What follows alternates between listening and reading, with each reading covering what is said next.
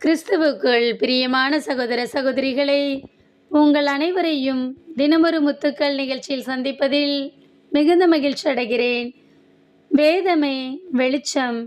மத்தேயு 6ஆம் அதிகாரம் 33ஆம் வசனம்.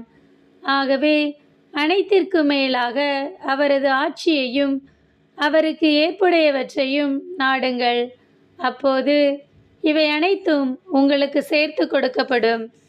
பிரியமானவர்களே, இந்த உலகில் வாழும் அனைவருக்கும் விலையுயர்ந்த பொக்கிஷம் எது என்றால் அது வேதமே. அனுதின வாழ்க்கையின் போராட்டத்தில் நம்மை நாமே காத்துக்கொள்ள நாம் அனுதினமும் வேதத்தை வாசித்து தியானித்து அதன்படி நடந்தோமானால் நம்மை யாராலும் எதுவும் செய்ய முடியாது.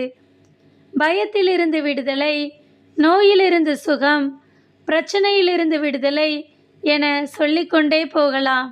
இவையெல்லாம் நமக்கு கிடைக்க வேண்டுமானால் அதற்கு நாம் தினமும் காலையில் எழுந்து வேதத்தை வாசித்து ஆண்டவரை நோக்கி ஜெபித்துவிட்டு அந்த நாளுக்குரிய எல்லா காரியத்தையும் அவர் பாதப்படியில் வைத்து அவர் சித்தப்படி நடந்து கொண்டால் நமக்கு எல்லாமே கிடைக்கும்.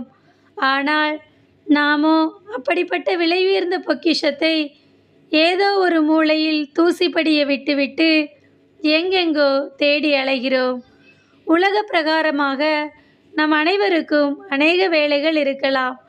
நம்மை படைத்த இறைவனுக்காக 1 மணி நேரமாவது கொடுக்க மாட்டீர்களா? தினந்தோறும் விவிலியம் வாசிப்போம், மாற்றத்தை காண்போம். வேதம் எவ்வளவு இனிமையானது என்பதை ஒவ்வொரு நாளும் வாசித்து சுவைத்து பாருங்கள். அதன் வல்லமையையும் மகிமையையும் காண்பீர்கள். அன்பு இறைவா, வெளிச்சமாகி உமது வேதத்தை இந்த தவக்காலத்திலே அதிகமாக அறிந்து கொள்ள, அதன் இரகசியம் புரிந்து கொள்ள எங்களுக்கு உதவி செய்யும் இறைவா. ஆமேன்.